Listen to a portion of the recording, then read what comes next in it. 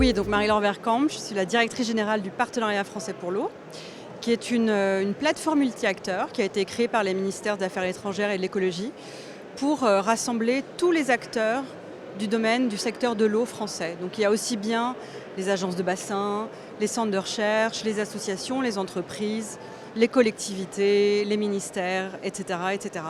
On a 200 membres et on travaille tous ensemble sur les grands enjeux, les plus grands enjeux de l'eau, à savoir l'atteinte des objectifs de développement durable, les enjeux liés au changement climatique, les enjeux de la biodiversité, les enjeux des crises humanitaires et des conflits, avec l'accès à l'eau et à l'assainissement et à l'hygiène des populations dans ces contextes, et puis celui du développement durable. On développe un plaidoyer tous ensemble, donc c'est vraiment la voix du secteur de l'eau français, et ensuite on la porte dans des grands événements comme le forum et comme par exemple les COP Climat. C'est vraiment une expression extrêmement claire des grands enjeux de l'eau.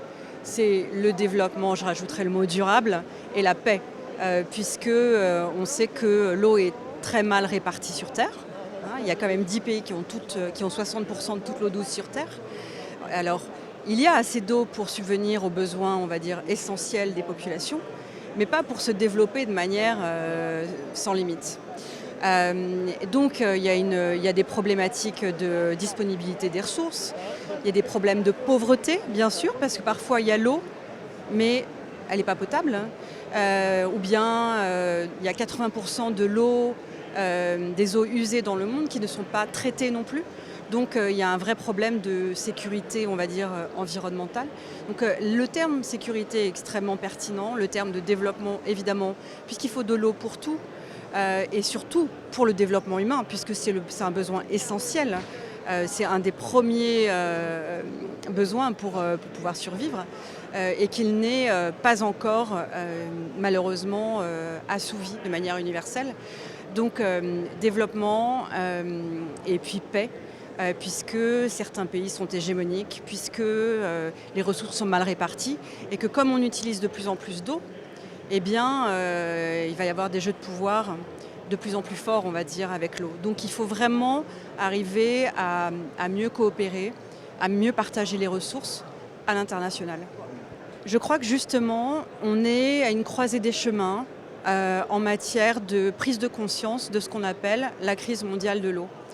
Il faut, les Nations Unies, l'ONU appellent à ce que les financements du secteur de l'eau, et une fois de plus, il n'y a rien de plus vital, soit quadruplé au niveau mondial pour atteindre l'agenda 2030 pour ce qui concerne l'eau. Donc déjà, il y a un besoin de prise de conscience, de priorisation de l'eau dans les ministères, dans les pays, pour les bailleurs, pour pouvoir essayer d'atteindre ces objectifs. Et puis, il y a aussi besoin d'une meilleure coordination au niveau international. Et ça, ces forums avec le segment ministériel, extrêmement important. Le forum est reconnu comme un des jalons en route vers la conférence sur l'eau de 2023 aux Nations Unies, donc l'année prochaine. Ça va être la première fois qu'il y aura une conférence sur l'eau depuis 1977. Vous voyez un petit peu le décalage par rapport à l'importance du sujet. Donc il faut vraiment qu'il y ait une prise de conscience et qu'entre Dakar et New York, exactement dans un an, il y ait une mobilisation politique et il y a une mobilisation de moyens.